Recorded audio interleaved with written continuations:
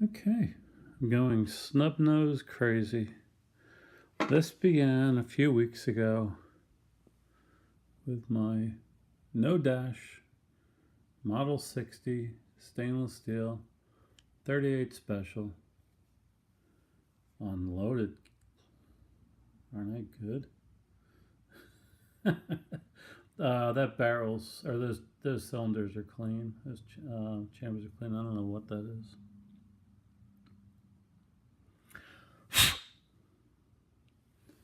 In any case, lovely gun. And let's look at, because this is going to come into play, the seam between the crane and the frame. And I fired this and I put a video up. And this was made in 1973 as the hammer nose firing pin on the hammer. Beautiful condition. Grips are in great condition. I ordered some replacement aftermarket grips just because I want to preserve these.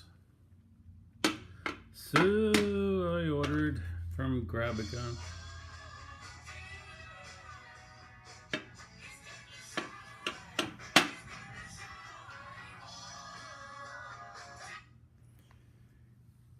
Why do people call me? I don't have anything interesting to say. I don't even know why I'm making this video. So the model, okay. The Model 60 came from the Model 36. Model 36 was introduced in 1950 and became known as the Chief's Special because they were at a police chief's convention. Smith & Wesson unveiled it in 1950 and they voted on the name, and chiefs of police were like, hey, let's call it the Chief's Special. So 1950, this was made, I don't know when. It's new. I just got it today. It's the classic line, Smith & Wesson, inch and 7/8 barrel, the same as the Model 60. Okay, so the difference between this and the Model 60 is very little. The Model 60 is the stainless steel version of the Model 36, and that began production in 1965. So 1950 for the Model 36 and 1965 for the Model 60, and it's stainless steel. So I was thinking, well, I want a blued version of the 60, and so that's not in focus, is it? And this is rated for plus P. And I'm trying to, I looked at the barrel, the thickness of the barrel walls, and I really don't see any. So, once again, this is unloaded, so don't freak out that I pointed it at my face. It has the Hillary hole. These are probably nice grips. Some people question whether or not they're laminated. I don't care. They actually look pretty durable. They're wood, and they're pretty durable. And I was at the FFL, who also Modern Munitions. They manufacture a ton. They take tens of thousands of rounds of ammo to gun shows every weekend, and they sell out. They just have this. It's a factory basically. And the owner was on the phone, and he said on speakerphone, "I've got a Model 36 for sale for $295." And I said, "Really?" Let's see. So his very attractive assistant came in, a policewoman came in to transfer a gun. God, she looked like Barbie. I mean, she really did. And they brought his assistant, his lovely assistant, Elizabeth, brought this out. Very nice young girl. And it has no signs of wear. It has no signs of use. Now here is where, now we showed that this was clear, so because I'm going to point this back at my face again. Do you see the seam between the frame and the crane? And this is under an intense light. So let's look at, it's super tight. This is the brand new gun, not super tight. And this is the 1973 model. I'd say that's pretty tight, because you're going to see more of a difference because it's stainless steel. So any dark line along that seam is going to show up against stainless steel more. So me being me, oh, where are the grips? It had this horrible, ugly rubber grip on it, and I don't want it on there. I just ordered some plastic replica grips right before I started filming this, and they're $15 till I decide what I want to do with the grips. This is a square butt. The other two are round butts. And so some other differences, and the places that you'd expect to find wear, you know, around the trigger guard, you know, here where somebody's resting their hand, just, you know, anywhere. I don't know what that is. Let's see that before. Put my head down. Looks like a smudge. But this is under a super intense light, if you can't tell. I mean, I'm beginning to, I have to go see a doctor because I'm seeing abnormalities in my hand I normally wouldn't see, or on my thumb at least. Right. So the differences, the firing pin, the hammer nose is on the hammer, and the back of the hammer, that half moon, sticks above the frame on the night. Oh, this is the night.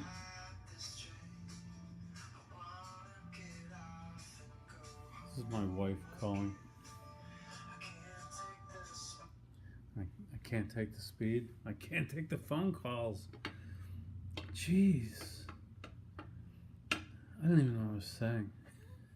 So I called up Smith & Wesson as soon as I got home. I didn't even look at the new one until just now. And this is 1957 according to customer support. So the hammer protrudes from the frame.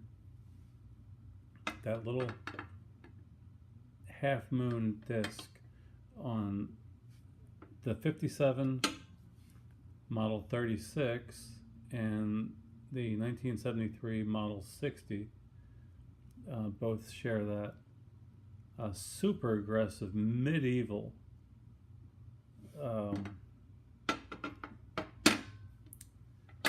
checkering.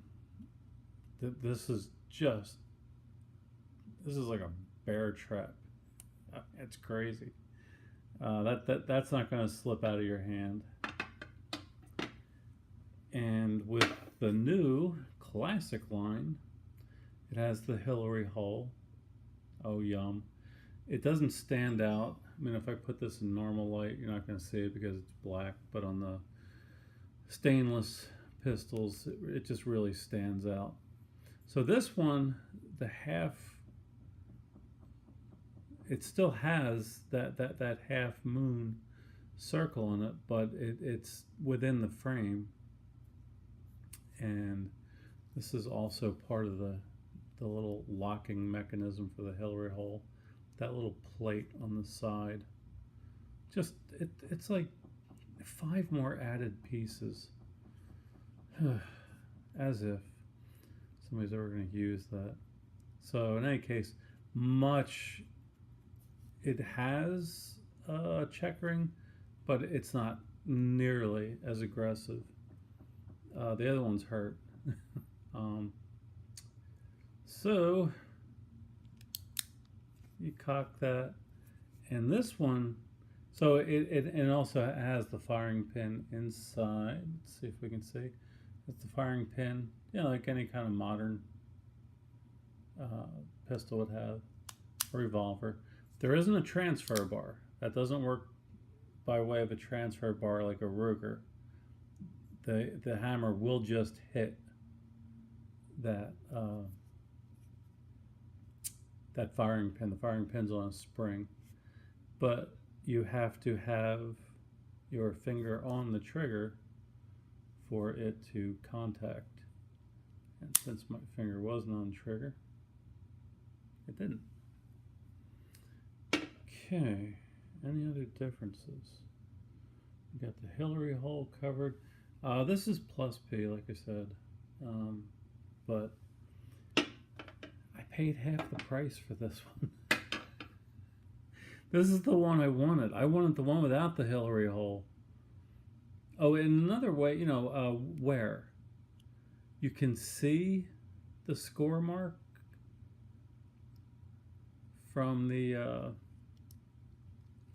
little cylinder button down there, but you can't feel it.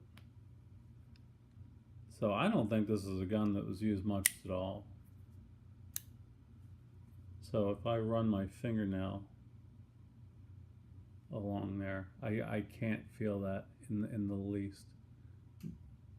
I can see it, and I have some other blued pistols, and I mean, the moment you use it, that just becomes part of the gun. So probably something that was carried, not used a lot. I am super happy about this. I couldn't be more excited. Well, I mean, somebody dropped $1 million in my lap, I could work up more excitement. And that's that. Just thought I'd throw these out. And excitement number 1. Thought I was going to be excited, but then I found this, the 1957 model, in perfect condition. And what looks like some rust down here on the trigger, that's just the heat treatment, which is kind of cool. This also has the, am I using the right word? Not heat treatment. Whatever, you know what I'm talking about. A little rainbow color that you get. This is the new one. It also has it on the hammer. And the Model 60 doesn't. It just has the case hardening. That's the word I'm looking for. This has color case hardening, as does the new one. Is color case hardened on the trigger and the hammer, and you can see the difference in the hammers, their profile from the frame. I don't notice an advantage of one over the other, but that's it. Have a nice day. See if I can get these in focus. There we go. And hurry up grips.